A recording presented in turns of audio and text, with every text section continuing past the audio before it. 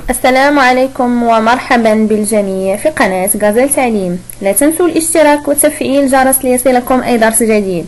Bonjour et bienvenue sur ma chaîne Gazelle Talim. N'oubliez pas d'abonner à ma chaîne pour recevoir toutes les leçons nouvelles.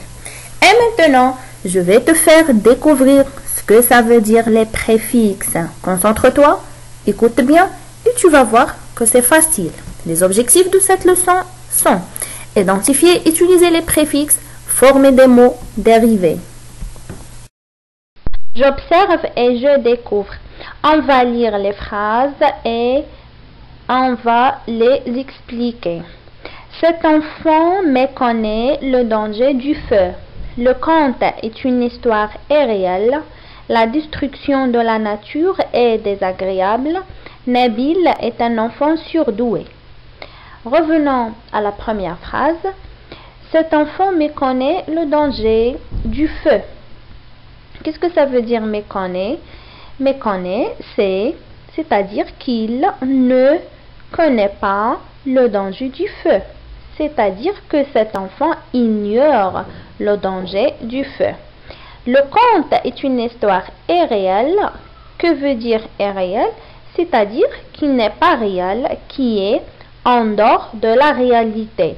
On peut dire que c'est une histoire imaginaire. La destruction de la nature est désagréable. Que veut dire désagréable? C'est qui se conduit de manière à choquer, à blesser, déplaisante. Nabil est un enfant surdoué. Surdoué, c'est-à-dire qu'il est plus intelligent, qu'il est très supérieur par rapport aux autres élèves.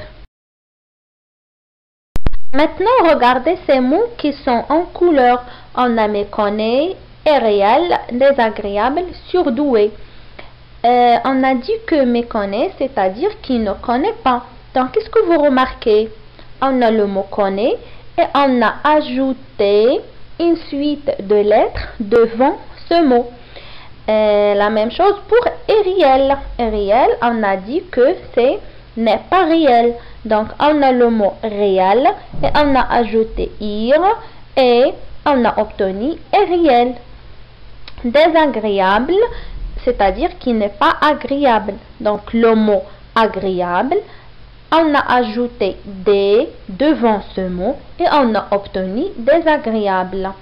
Surdoué, c'est-à-dire qui est doué plus qu'ordinaire.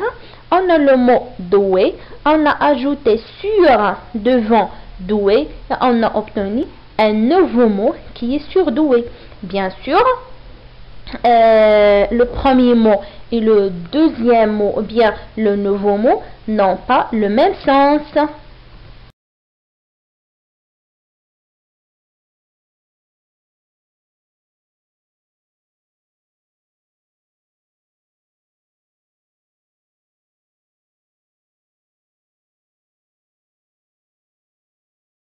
Je manipule et je réfléchis.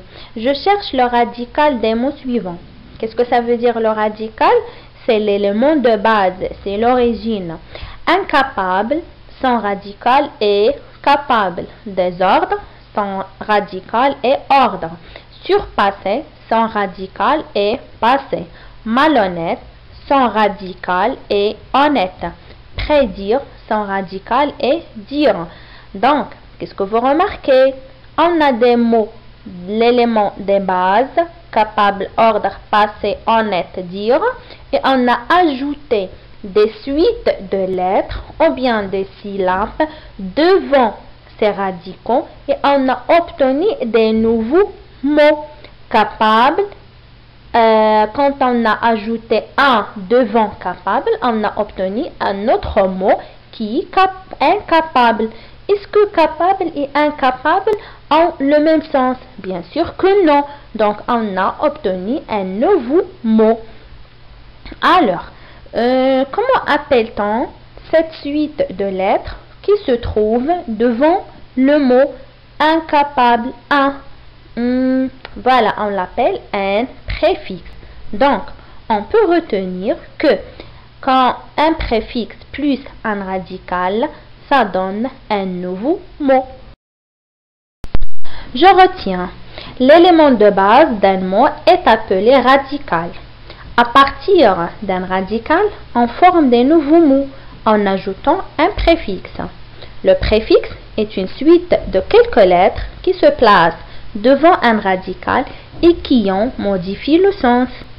On peut retenir les préfixes suivants: un, in, im, des accent, mal, ir, il, anti, sur.